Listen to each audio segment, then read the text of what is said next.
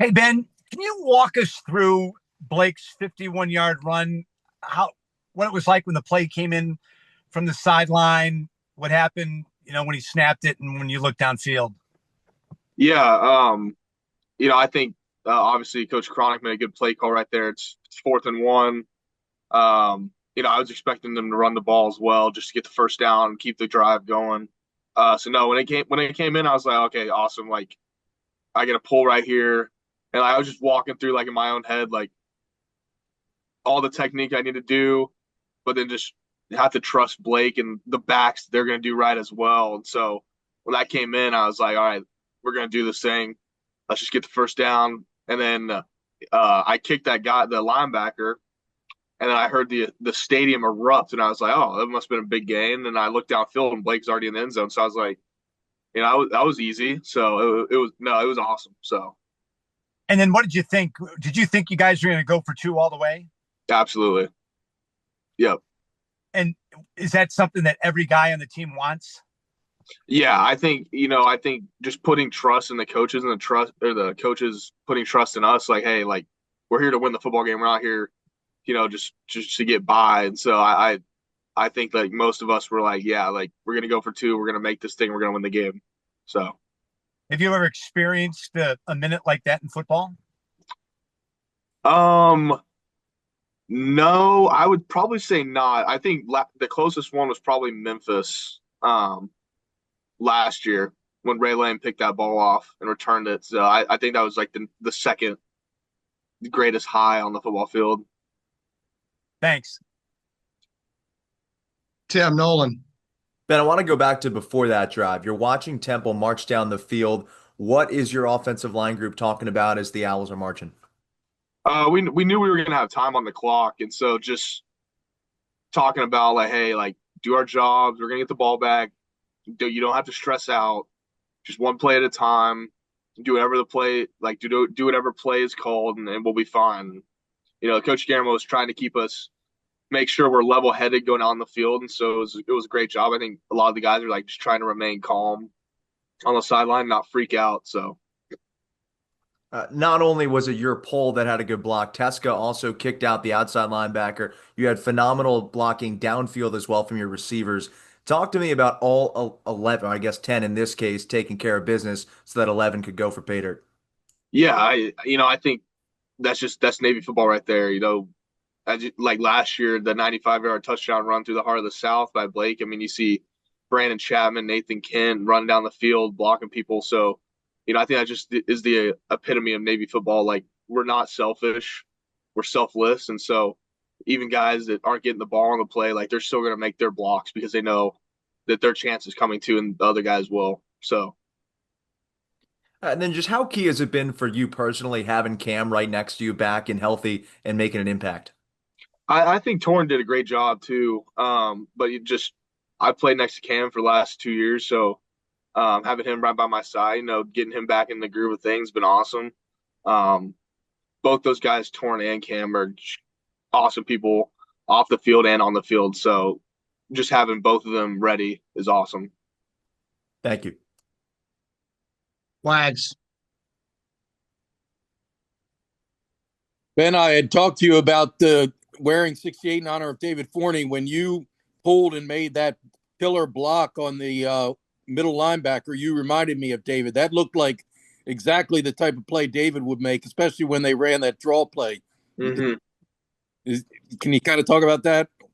Yeah, I remember obviously talking about that last week with you about it, and I saw that, and it looked very familiar to the trap play they ran with Malcolm Perry in the 2019 season. So it was definitely special because I was like, man, like this looks like David out there, and so I don't know, it's kind of there's not really words for it.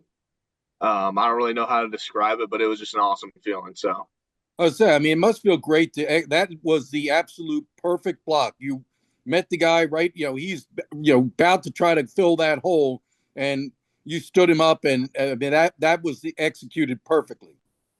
I appreciate it. Thank you. How good did it feel to see Cody Howard come back and get a long touchdown catch? I mean, we love Cody, and he's Coach Newberry said he's the toughest guy on the team, and He's hard for him to stay on the field, but obviously that was a big moment for him. Yeah, it's exciting. Cody's been through a lot. We actually had surgery on the same day last year, so uh, me and him rehab like all off season together, and so just seeing him be able to make plays even if his body's not 100%, I mean, it's awesome. And I mean, that dude is selfless. That dude will put his body on the line, block for anybody. So getting to see him have that long touchdown catch was awesome.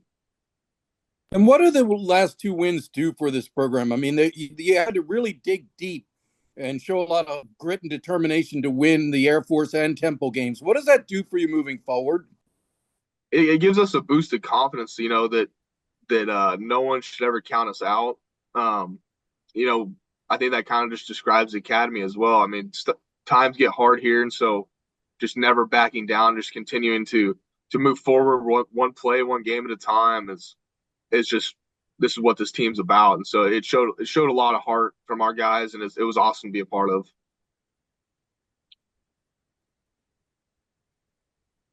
Scott Wyckoff. Having, I think, started, if I'm right, Scott's 24 straight games now. Does this bye week hit at a good time for you? And what do you want to achieve during this week? Yeah, it does. Just I think for everybody, just recovering from the last 6 games is obviously huge for us. And being able to just work on, like, go back to the basics, work on technique, and then just kind of take a good time off this weekend as well, just to rejuvenate and get ready for the next couple games. Do you like the way that the coach gives the guys who have really taken a toll on their bodies a little bit of a rest and maybe gives more reps to other guys during the bye week? Yeah, I do. For me, it's like I still like to get reps for the most part, unless they pull me out, just because, like, for me, I just need to continue to keep getting better. I think a lot of guys like that too. Like, a lot of guys, they don't want to take days off. The coaches kind of make them. So it's nice that a bunch of guys are also willing to work in a bye week, and so it's really not a bye week for us. It's more so a getting back to the basics week, I would say. And I guess that would be important for everybody, but more so for the sophomores. How have you seen their development now that we're midway through the season?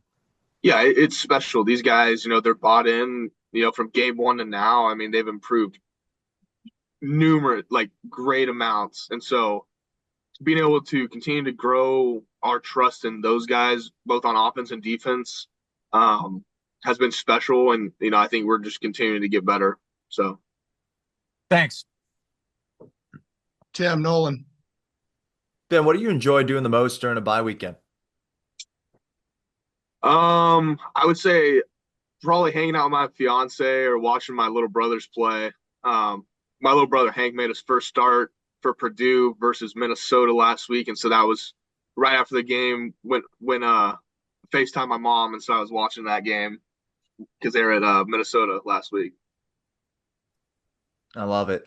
Back to that game against Temple. I mean, what is it like playing, especially in those tight moments, 2 minutes to go, 1 minute to go, when you know that you don't have the luxury of other teams in college football to afford a loss given the lofty goals that you have? How do you guys deal with that play to play? I think it goes back to, like, our off season. We stress about, like, the 1-0 mentality, and so I think the stress leading up to drives like that. I mean, we do that all off season. We do that in school here. We'll do that in the fleet. We'll have stressful moments like that. And so I think the coaches do a great job implementing those stressful moments throughout practice, throughout fourth quarters, throughout summer. So that way, when we get to those moments on the field, it's just second nature for us. And so I think that was probably the most calm I've ever seen an offense going out into the field, which was awesome, for me as well. Just being able to realize that, hey, like, these guys got my back, I got theirs. And so it's just go out there and just have fun. What are some ways in the offseason that you can replicate that 2 minute drill, that even 1 minute drill type pressure? We do a lot of those situations throughout spring and throughout fall camp. Just different situations, like, okay, you got a minute and 30 seconds left, no timeouts, you're on the 30-yard line, well, then we'll have a scripted 2-minute drill, and so doing that over and over and over again continues to help us so we're confident when that moment comes. Awesome. Thank you. Wags. Ben, how would you size up the progress of the offensive line to date? It's been great. I think we've gotten a lot better. We struggled a little bit at the beginning, but I think just continuing, like all the guys have continued just getting the work and just continue to get better. And so it's been awesome to watch and be a part of. How's Cam Nichols coming along? Obviously, he missed all of preseason camp, so he was, had to shake off the rust. And Coach had mentioned he had to get back into game shape and used to the grind of a full game. How do you feel Cam is coming along? He's been coming along great. It's obviously it's tough getting back to game speed and game shape, but I think he's done a great job just continuing to trust the process and asking Hoke or I and Coach Guillermo for help when he needs it. So it's been awesome. The pre-snap penalties, the false starts, how do you eliminate those? And you're kind of you're the position captain. You can't be tolerated, right? It cannot. And so I think, the coaches have obviously harped on it, but I think just it comes back to looking inside yourself and being like, hey, I got to focus in on Blake's voice and not when I'm tired, not lose focus for the split second that those cost us. Have teams been barking calls? I know that was an issue against what was the UAB, I believe. Rice. Right. I mean, is that happening a lot? Here and there, but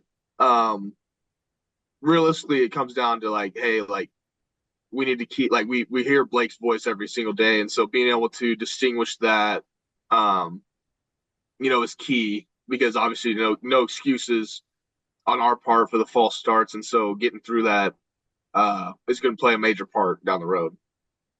Thanks, Ben. Good talking to you, man. Thanks. Anyone have anything else for Ben? All righty. Thanks, Ben. Great job. Thanks, Scott. Thanks, guys.